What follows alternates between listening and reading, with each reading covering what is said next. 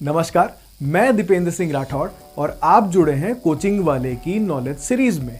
हमारा आज का मुद्दा है दामोदर घाटी परियोजना और उससे जुड़ा प्रदूषण।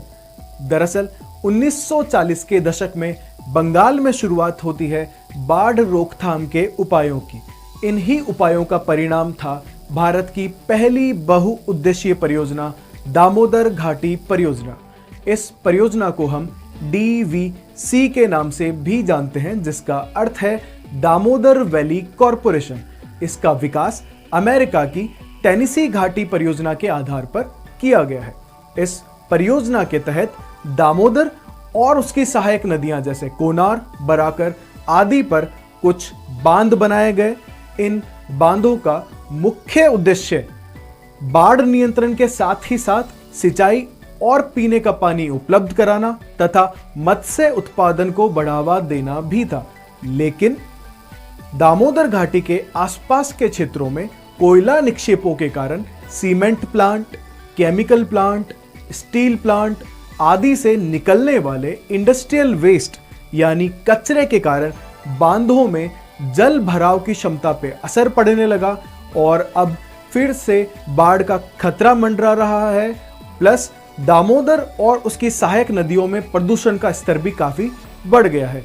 इसी के चलते बंगाल की सीएम ममता बनर्जी ने प्रधानमंत्री मोदी को एक पत्र भी लिखा, जिसमें उन्होंने DVC का विरोध किया है और कहा है कि DVC का पानी पीने लायक तो छोड़िए, नहाने लायक भी नहीं रह गया है। तो आइए जानते हैं DVC से जुड़े कुछ फैक्ट जो आपके लिए बहुत इंपॉर्टेंट है। देखिए, दामोदर नदी घाटी परियोजना भारत की पहली बहुउद्देशीय परियोजना है, जिसकी शुरुआत 1948 में की गई थी। यह झारखंड के पलामऊ हिल्स से निकलकर बंगाल में हुगली नदी तक जाती है। इसकी शुरुआत अमेरिका की टेनेसी घाटी परियोजना के आधार पर हुई है और 1948 में से शुरू किया गया है। ओके, अब दामोदर घाटी के बारे में हम थोड़ा बहुत जान लेते हैं। दामोदर नदी के कारण बंगाल में बार बार बाढ़ आती रहती थी, इसलिए इसे बंगाल का शोक भी कहा जाता है। इसकी शुरुआत जो है छोटा नागपुर में पलामऊ हिल्स से, पलामऊ की पहाड़ियों से होती है और ये पश्चिम बंगाल में हुगली नदी में जाके मिल जाती है। DVC की स्थापना का मुख्य उद्देश्य बाढ़ नियंत्रण था, लेकिन साथ ही साथ सिंचाई व्यवस्था, पानी पीने का पानी उपलब्ध कराना और मत्स्य उत्पादन को बढ़ावा देना भी इसका उद्देश्य है। देश के कुल कोयला निक्षेप का 60% भाग सिर्फ दामोदर घाटी के क्षेत्र में ही निहित है, इसलिए आपको यहाँ steel plant, cement plant, chemical plant आदि बहुत ज्यादा ही नंबर में दिखाई देंगे। DVC पर बने हुए कुछ प्रमुख बांध निम्न हैं, जैसे कोनार बांध है, तिलैया बांध है, मैथान बांध है, पंचेत बांध है। चलिए अब इनकी लोकेशन भी देख लेते हैं हम लोग मैप के अंदर। तो देखेंगे हम लोग, ये दामोदर नदी का जो स्टार्टिंग पॉइंट है ये हमारा छोटा नागपुर पठार में पड़ेगा। यहाँ छोटा नागपुर की जो पहाड़ियां हैं वहां से पलामऊ हिल्स से दामोदर नदी की शुरुआत होती है। आगे चल के इस नदी में